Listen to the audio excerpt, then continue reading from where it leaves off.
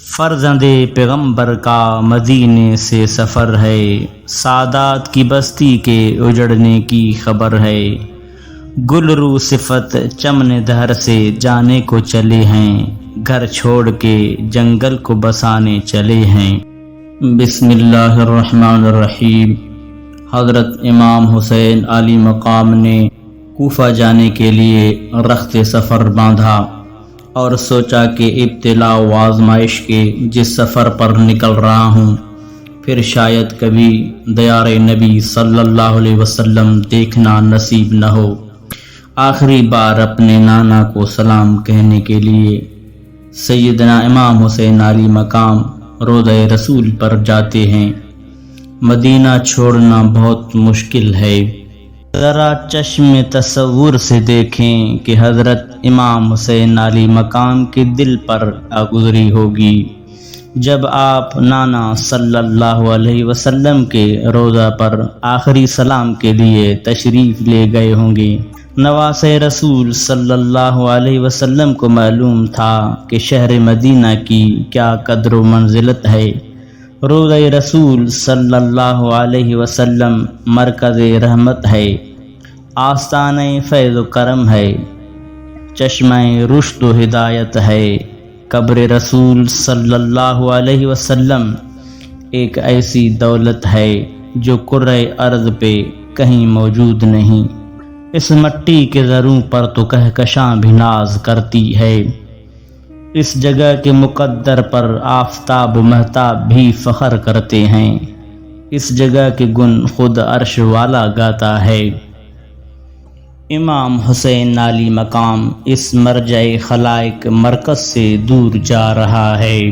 امام حسین علی مقام کو مدینہ بڑا پیارا ہے، روضہ رسول پیارا ہے، لیکن نبی کا دین خطرے میں ہے، اسلام خطرے میں ہے، نبی کی شریعت خطرے میں ہے، حق و صداقت پر ظلم کا پہرا ہے، شرافت و دیانت پر جبر و استبداد کا قبضہ ہے۔ بالآخر امام حسین علی مقام کو نانا صلی اللہ علیہ وسلم کے دین کے لیے شہر مدینہ کو چھوڑنا پڑ گیا۔ فرزند پیغمبر کا مدینے سے سفر ہے، سادات کی بستی کے اجڑنے کی خبر ہے۔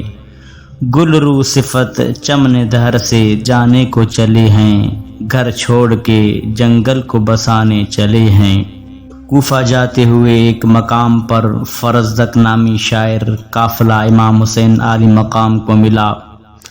آپ رضی اللہ تعالی عنہ نے کوفہ کے حالات پوچھے تو اس نے کہا کہ امام صاحب، اہل کوفہ کے دل آپ کے ساتھ ہیں لیکن تلواریں یزید کے ساتھ ہیں۔ ایک منزل پر پہنچ کر آپ رضی اللہ تعالیٰ عنہ کو حضرت مسلم بن عقیل کی المناک شہادت کی خبر ملی۔ یہی وہ مقام ہے جہاں پر امام علی مقام نے آگے نہ جانے کے بارے میں سوچا، لیکن مسلم بن عقیل رضی اللہ تعالیٰ عنہ کے عزیز و اقارب نے کہا کہ ہم مسلم بن عقیل کا انتقام لیں گے یا خود ختم ہو جائیں گے۔ اس پر حضرت امام حسین علی مقام نے فرمایا، ان کے بغیر اب زندگی میں کوئی مزہ نہیں۔ بالآخر حسینی قافلہ ایک میدان میں پہنچا تو آپ رضی اللہ تعالیٰ عنہ نے پوچھا یہ کون سی جگہ ہے؟ بتایا گیا کہ یہ کربلا ہے۔ فرمایا کرب بلا یعنی تکلیف اور مصیبت کی جگہ ہے۔ یہ جگہ اولاد رسول صلی اللہ علیہ وسلم کی آزمائش گاہ تھی۔ 7ویں محرم الحرام کو آل رسول صلی اللہ علیہ وسلم کا پانی بند کر دیا گیا۔ دشمن نے گھیرا ڈال لیا، موت کے سائے چھانے لگے، خطرات بڑھنے لگے، خوف و ہراس پھیلنے لگا، خدشات اور وسوسوں میں حقیقت کا رنگ ابھرنے لگا۔ آخر نواسۂ رسول صلی اللہ علیہ وسلم نے دشمن سے ایک رات مہلت مانگی، اس لیے نہیں کہ راتوں رات اہل اقتدار سے سمجھوتا کر لیں، کہیں سے امداد طلب کر لیں، رات ہی رات کوئی لشکر تیار کر لیں یا کہیں فرار ہو جائیں۔ رات اس لیے مانگی تاکہ وہ اپنے خدا کو راضی کر سکیں۔